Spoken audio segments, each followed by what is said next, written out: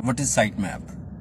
कई लोग, कई स्टूडेंट्स और कई प्रोफेशनल जिनकी वेबसाइट्स भी बनी हुई हैं, वो मुझसे पूछ रहे थे कि साइट मैप क्या होता है। सो मैंने कहा एक छोटा सा क्लिप रिकॉर्ड करता हूँ जिसमें मैं आपको बताऊँगा कि साइट मैप क्या होता है। बेसिकली साइट मैप जो है वो आपकी वेबसाइट का एक पूरे का पूरा मैप होता है, और साइट मैप का कुछ भी लेना देना नहीं होता विजिटर के साथ। विजिटर ने आपकी साइट पर आना है, ठीक है, उसने तो अपनी मर्जी के बटन्स पे क्लिक करना है, अपनी रिक्वायरमेंट पूरी करनी है। बेसिकली साइट मैप हम बनाते हैं क्रॉलर्स के लिए, ठीक है।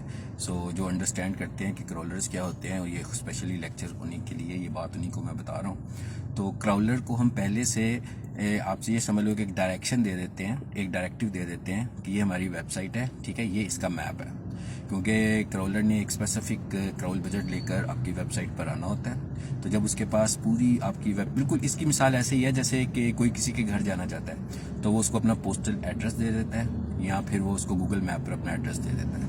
तो जो साहब आपको विजिट करना चाहते हैं उनको बहुत आसानी हो जाएगी कि किस रूट से मैंने गुजरना है। सेम इसी तरह जब क्रॉलर ने आपकी वेबसाइट पर आना है तो हम क्रॉलर को डायरेक्टिव दे देते हैं कि जनाब ये हमारी वेबसाइट है और ये इसका मैप है, ये इस पर टैब्स बने हुए हैं, ये टैब को क्लिक करने से ये पेज खुलेगा, इन पेज के अंदर ये लिंक्स हैं, इन लिंक्स के साथ ये फाइलें सपोर्टिव हैं, चाहे ख्वाह वो टेक्स्ट फाइल्स हों, चाहे वो इमेजेस हों, चाहे वो वीडियोज़ हों। सो अगर हमने अपनी वेबसाइट का साइट मैप बनाया होगा तो बहुत आसानी हो जाएगी क्रॉलर के लिए हमारी वेबसाइट को क्रॉल करने के लिए, और हमें गूगल की तरफ से इसके लिए पॉइंट्स भी मिलेंगे कि जनाब आपकी वेबसाइट का क्योंकि साइट मैप है, सो इसलिए ये हमारे स्टैंडर्ड्स को पूरा कर रही है, तो हेल्प मिलेगी उसे आपकी वेबसाइट को रैंक करने में, ठीक है। ये तो मैंने इसका कुछ कॉन्सेप्ट आपको दिया। बनाना कैसे आपने, बड़ा आसान तरीका जी, गूगल पर जाएं, वहाँ पर जाकर लिखें ऑनलाइन साइट मैप जनरेटर्स, पहले 2-3 में से जो भी पहले नंबर पर आएगा उस पर क्लिक करें, वहाँ पर अपनी वेबसाइट का यूआरएल दें, ठीक है। उसके बाद जनरेट का बटन प्रेस करें, स्टार्ट करें, आपकी एक फाइल बन जाएगी। उस फाइल को अपनी